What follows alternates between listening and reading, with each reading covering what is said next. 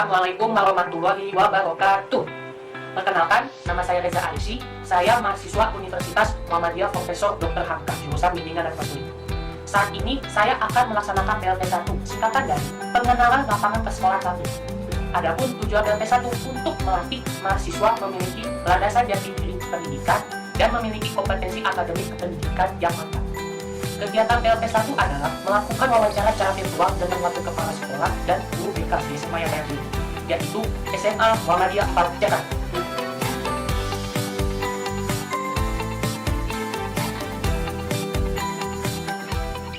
Berikut ini adalah isi wawancara tersebut. Terima kasih Pak, sudah bertemu Pak. Mohon maaf mengganggu Pak. Ya, nggak apa-apa. Gimana? Ini akan mewawancarai tentang di seluruh sekolah Bapak nih, SMA Muhammadiyah 4 nih. Yang pertama Pak, ya kultur sekolah Pak, maksudnya. Atau karakteristik umum peserta didik. Kalau kalau kita runut dari awal masuk sekolah, itu sekolah sudah menerapkan tentang bagaimana siswa ketemu gurunya dengan salam, lalu senyum, lalu cium tangan. Nah, sekolah juga memeriksa kelengkapan anak-anak seperti berpakaian, ya, memasukkan baju, pakaian harus bersih, memakai sepatu, kaos kakinya juga diperiksa. Untuk yang laki-laki biasanya harus dan wajib memakai dasi dan memasukkan bajunya. Untuk yang perempuan menggunakan jilbab. Jilbab juga harus disesuaikan dengan seragam sekolah. Jadi kalau seragam sekolahnya Senin, kan putih-putih dan putih abu-abu yang Selasa, dan jilbabnya juga harus putih. Nah, untuk yang HW atau pramuka hari Rabu, nah itu disesuaikan, dia biru, kemudian untuk yang batik, apalagi, dan seterusnya. Nah, kemudian setelah masuk sekolah, kemudian sudah disiapkan sarananya untuk memulai. Sebelum pelajaran dengan tadarusan, disiapkan, anak-anak harus ke masjid. Dan itu biasanya berlangsung setiap hari pukul 6.30. Pas bel pertama masuk sekolah. Nah, semua guru itu menyiapkan diri untuk menggiring anak-anak ke masjid. Nah, biasanya tradisi di sekolah untuk kelas 10-11 ada di masjid, dan kelas 12-nya ada di lapangan futsal yang lantai 4. Lalu anak-anak diberikan bacaan Quran yang sudah mereka tahu mulainya dari mana dan diteruskannya dari mana dan diakhiri berapa ayat. Tapi biasanya untuk semuanya kelas 10, 11, dan 12 sebelum dimulai tadarus dan fahmil Quran, tiap hari diminta hafalan bacaan sholat dulu. Jadi mulai dari pertama takbir, kemudian baca iftitah menurut Muhammadiyah, baca Al-Fatihah, kemudian bacaan surat pendek, kemudian bacaan ruku, kemudian bacaan iktidal, sujud, dan lain-lain. Sampai dengan tahiyat akhir, ya, yang bacaannya at-tahiyatulillah dan seterusnya. Dan itu sudah menjadi budaya di sekolah SMA Muhammadiyah 4, bahwa setiap hari harus menghafalkan dan membaca secara bersama-sama bacaan sholat mulai dari takbir sampai salam. Barulah kita mulai tadarusan. Nah, yang kelas 3 mulai dengan fahmil Quran. Apa itu fahmil?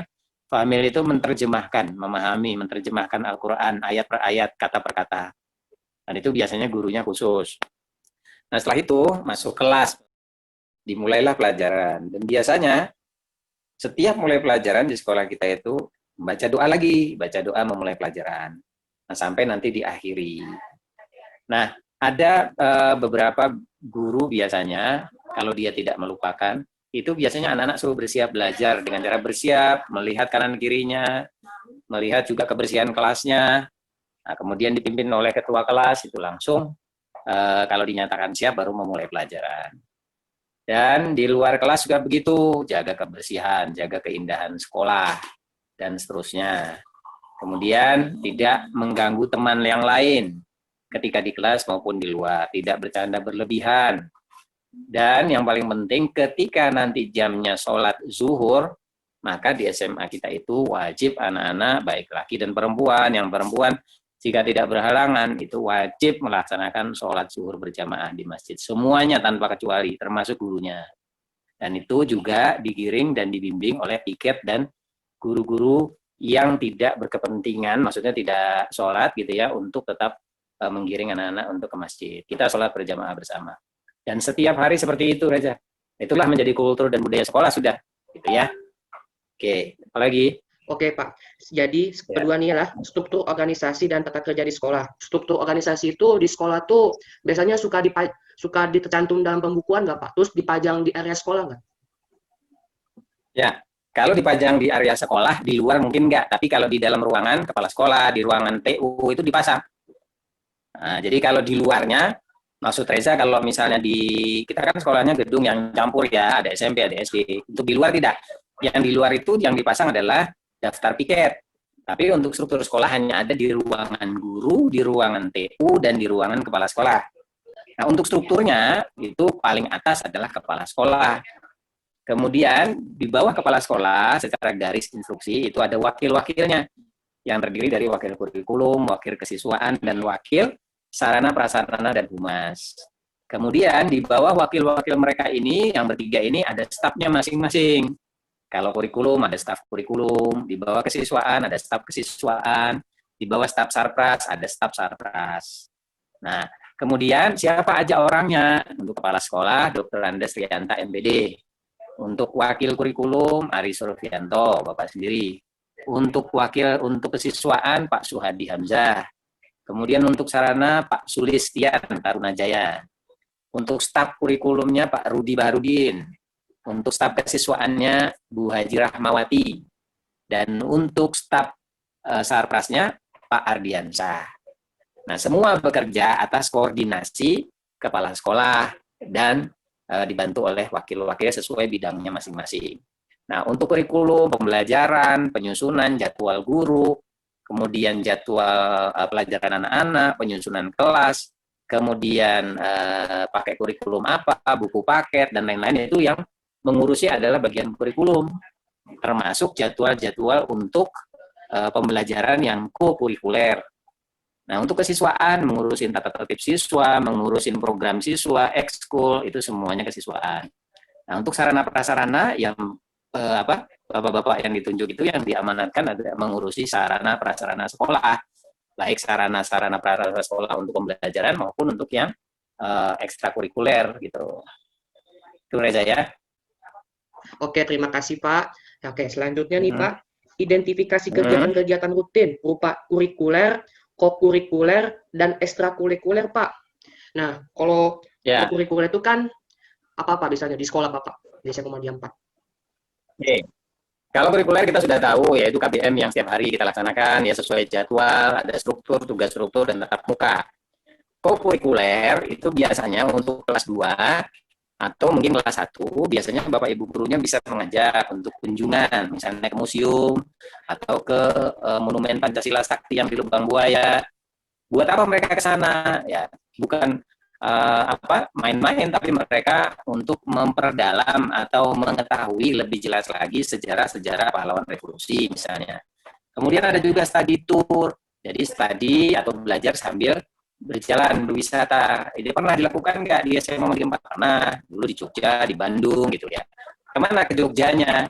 Nah, kalau ke Jogja kita biasanya itu ke ke pengrajin-pengrajin gitu ya, kerajinan-kerajinan. Nah, biasanya kita kunjungin. Nah, kemudian ke keraton, itu kalau ke Jogja. Kalau ke Bandung kemana? Ke Lembang, misalnya pabrik susu atau peternakan sapi dan lain-lain. Dan kalau di sekolah kita juga pernah melaksanakan pendalaman materi untuk kelas 12, artinya pemantapan untuk ujian nasional. Bahkan akan dirancang nanti oleh kurikulum untuk memperdalam dan mempelajari soal-soal untuk anak persiapan kuliah, yaitu persiapan SBMPTN. Nah, itu akan Bapak rancang, tapi akan kita coba mulai tahun ini. Itu yang kurikuler.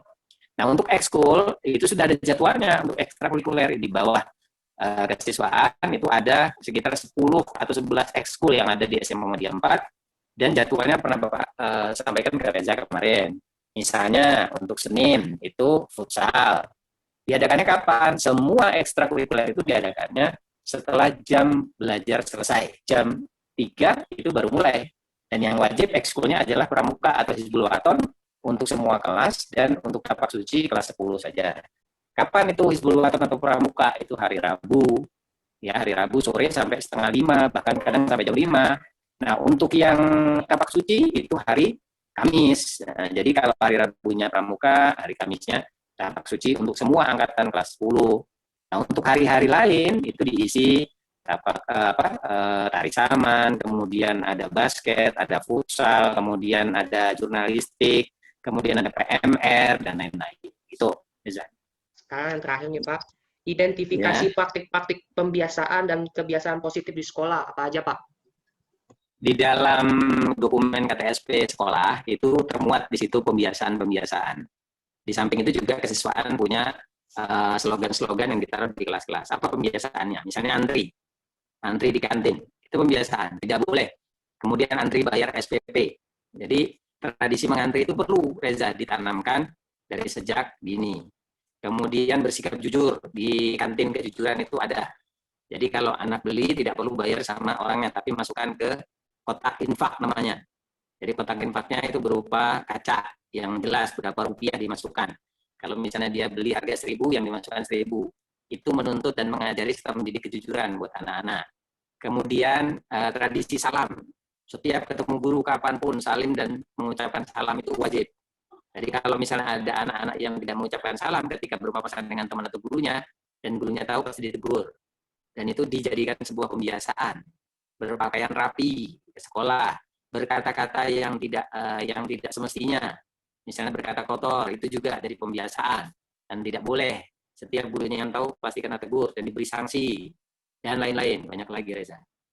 Terima kasih ya Pak atas informasinya. Semoga tadi yang Bapak jelasin itu bermanfaat untuk kita semua. Amin, amin.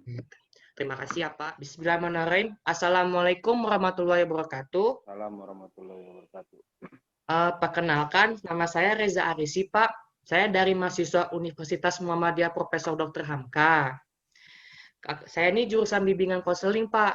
Saya ingin menanyakan beberapa hal ke Bapak terkait tugas PLP saya Pak dari kampus. Bapak sebagai guru BK kan Pak? Iya. Saya ingin menanyakan nih Pak. Pertama, implementasi peraturan dan tata tertib sekolah Pak di SMA Muhammadiyah 4 Pak. Ya, implementasinya kalau ada siswa yang terlambat ya kita data, lalu kita beri pembinaan yang terlambat, pembinaan kira-kira begitu ya, seperti di saat tadarus bersama. Nah, dia juga ikut, cuma dia agar melakukan keterlambatan lagi gitu. Yang kedua, kalau dia melanggar peraturan kayak bolos gitu-gitu sama 2 kali, 3 kali, 1 kali kita ada 2 kali, 2 kali kita panggil siswanya, ketiga baru kita panggilan orang tua. Bila yang ketiga nih masih beberapa kali respon dari siswa atau orang tuanya, kita akan memberi surat panggilan yang keempat. Tidak datang juga, kita ke rumahnya, Mas. Nah, kalau dia lakukan kesalahan kayak berantem, berkelahi dengan ya gitu, lalu kita beri ruang kita biasanya pembinaan dulu sekali, 2 kali, baru kita sama wakil siswa gitu, Mas. Nanti kita panggil orangnya agar tidak melakukan kesalahan yang berkelahi lagi gitu, Mas, kira-kira. Biasanya kalau terlambat, biasanya kalau ada pelanggar lagi di sekolah nggak Pak biasanya Pak? Kalau dia terlambat lagi, dia untuk terlambat 2-3 kali, kita panggil, kita tanya lebih orang tuanya, kenapa siswa ini terlambat, bisa apakah terkendala transportasi atau terkendala anaknya memang malas atau apa. Kita tanya di orang tuanya gitu. Kalau memang anak ini malas, baru kita beri tindakan yang lebih lanjut gitu, biar anak ini nggak lagi gitu. Biasanya begitu, pada panggilan orang tua biasanya. Nah, kalau untuk terlambat itu tidaknya begitu. Sekarang yang kedua nih Pak, identifikasi kegiatan-kegiatan seremonial formal, itu acara-acara di sekolah Pak. Misalnya upacara Hari Nasional, misalkan upacara 17 Agustus kemarin gitu misalkan. Terus rapat mempersiapkan ujian UAS atau kelas 12 mempersiapkan ujian gitu. Terus briefing, misalnya briefing persiapan lomba gitu. Ada Pak di sekolah SMA Muhammadiyah 4 Pak? Ya Mas, untuk acara-acara seperti itu di Muhammad Jati ada kayak upacara bendera 17 Agustus, kita lain hari guru, hari pahlawan, setiap hari Senin pun kita bergantian SD, SMP, SMA. Jadi acara itu selalu ada. Nah, untuk brief juga ada, selalu ada ya Mas. Karena untuk mempersiapkan juga ada briefingnya. Pimpin oleh langsung pimpinan sekolah Muhammadiyah 4, Pak Rianta biasanya. Briefingnya itu briefing di mengenai guru-guru aja. Terus kegiatan sekolah seperti lomba itu IPM-nya selalu mengatakan Mas. Biasanya juga lomba-lombanya 17 Agustus atau hari hari apa namanya? Hari berbahasa tuh. Nah, itu juga ada puisi, lomba dan sebagainya Mas. Terus lomba ini juga kita mengadakan banyak juga ada lalu ada lomba kayak namanya kelas meeting interkelas itu biasanya ujian itu ada, itu kegiatan itu sudah berjalan terus ada Mas, karena untuk mengembangkan apa namanya nilai-nilai sportivitas, nilai-nilai sesama kelas, sesama teman tuh Mas, itu selalu itu Mas. Upacara ada karena untuk menumbuhkan nilai-nilai apa namanya nilai-nilai gini apa cinta tanah air gitu kan, dan untuk cinta tanah air dan para apa namanya juga menumbuhkan rasa nasionalis gitu Mas, kira-kira begitu Mas. Begitu ya Pak. Oke ya, terima kasih ya Pak. Semoga wawancara kita ini dapat membantu tugas saya dan bermanfaat untuk kita semua Pak. Ya. Siap Mas, ada yang kurang mungkin ada yang merasa kurang gitu, itu cukup Pak, cukup aja Pak, cukup deh. Tambahkan. Oke, saya ucapkan terima kasih ya Pak. Ya, terima kasih. Assalamualaikum warahmatullahi wabarakatuh. Waalaikumsalam warahmatullahi wabarakatuh. Demikianlah tadi isi wawancara saya bersama Wakil Kepala Sekolah dan Guru BK di SMA Muhammadiyah 4 Jakarta. Saya ucapkan banyak terima kasih dan mohon maaf bila ada kesalahan dan kekurangan. Wassalamualaikum warahmatullahi wabarakatuh.